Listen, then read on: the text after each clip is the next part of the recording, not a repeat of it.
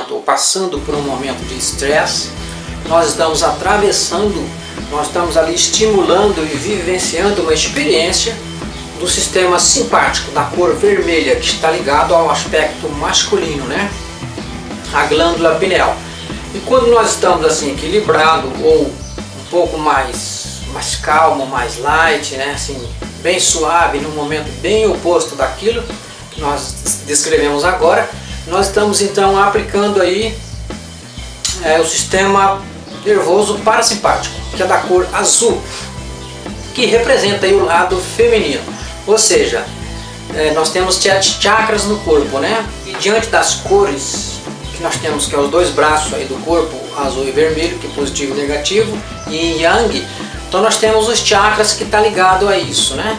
A essa energia que é bionívoca. Então nós temos aí o chakra sexual, cardíaco e frontal, que representa aí, que está conectado 24 horas com a cor azul, que é feminina, que representa então o sistema nervoso parasimpático.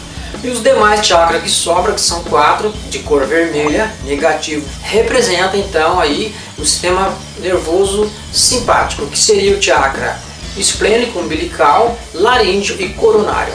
Esses 4 aí representam então a cor vermelha, enquanto os outros 3 representam a cor azul, o yin e o yang, ok? De acordo com aí os orientais, né, e os sábios desde a época do Egito. Bem, como já vimos, o açúcar e o estresse provocam inflamação, que provoca acidificação, ok? E que leva o teu corpo a um estresse oxidativo. Nós também devemos lembrar que os radicais livres, eles também provocam acidez.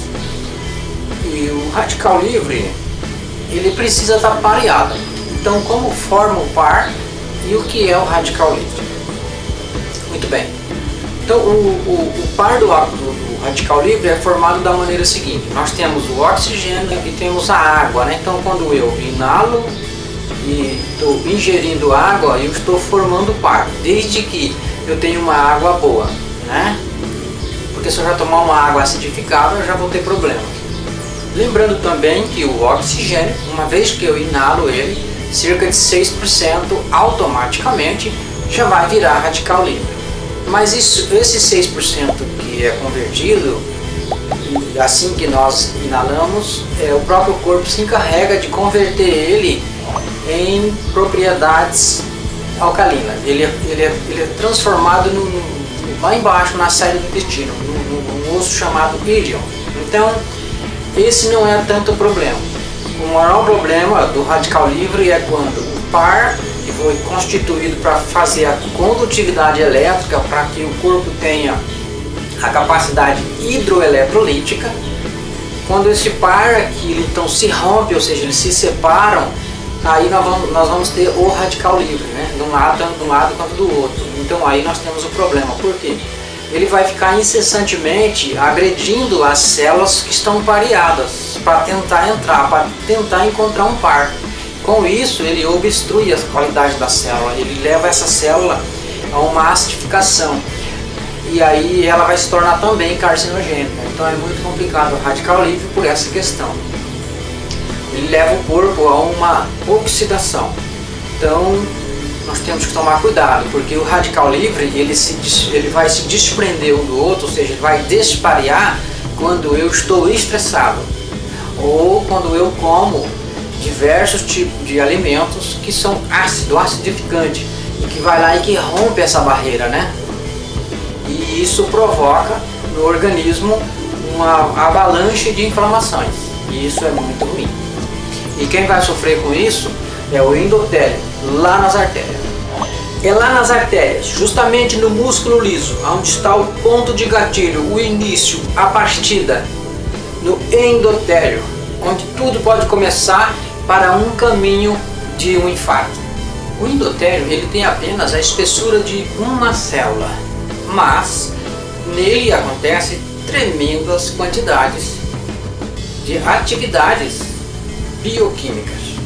No entanto, a disfunção endotelial leva o corpo a grandes inflamações e, consequentemente, diversas enfermidades. Quando a gente fala de alimentação ácida, existem N fatores na alimentação que comprometem a nossa saúde. Embora nós não tenhamos essa informação, a gente acaba até duvidando. Como, por exemplo, quando se fala de água de qualidade. Quando se fala de pH, a gente pensa que é tudo e só isso. E na maioria, não só das pessoas, mas até dos profissionais de saúde, eles falam, pH não vale nada. Infelizmente, é uma falta de informação. E não é só isso. É a pureza da água, é o potencial hidrogênio iônico, que é o pH, a tensão superficial, a condutividade elétrica, a osmolaridade, a viscosidade, o redox, deutério, metais pesados, acidez e assim sucessivamente. Ou seja, tem N problemas, N fatores que devem ser observados na água para que tenhamos uma água de qualidade. E como hoje está tudo contaminado, a terra, o ar, a água, enfim, fica difícil, né? Difícil até de achar uma água de qualidade. Mas infelizmente nós não sabemos disso e nem procuramos encontrar um produto bom, né? A gente não se preocupa com isso. Só o fato, por exemplo, de você tomar uma água de marca que vem de longe, o fato de vir de longe, bate o sol, está em galão de plásticos, né? Isso, o sol aquece e o plástico libera estrógeno. Pronto, essa água já é uma água que engorda. Só que a gente não acredita nisso, porque não tem praticamente nenhum médico falando sobre isso, além de Laí Ribeiro e Dr. Marcos Marcondes, Dr. Marcos Bontempo, que são poucos, conta no dedo, né? Como a gente não encontra facilmente essas pessoas e que a gente não pesquisa, não procura, o que acontece? Então a gente não sabe, a gente não acredita. Mas, infelizmente, ao longo da vida aí fica doente e depois não sabe por quê. Mas tá lá comendo as suas comidas, toda cheia de químicas, né? Conservantes e sabores artificiais e tomando água de qualquer jeito. Infelizmente. Tem um cientista que eu gosto muito dele, Dr. Jaya, da Coreia do Sul, ele é coreano, e ele nos deixa algo incrível, com o seu jeitinho peculiar, assim, ele é extremamente humilde, é uma pessoa incrível.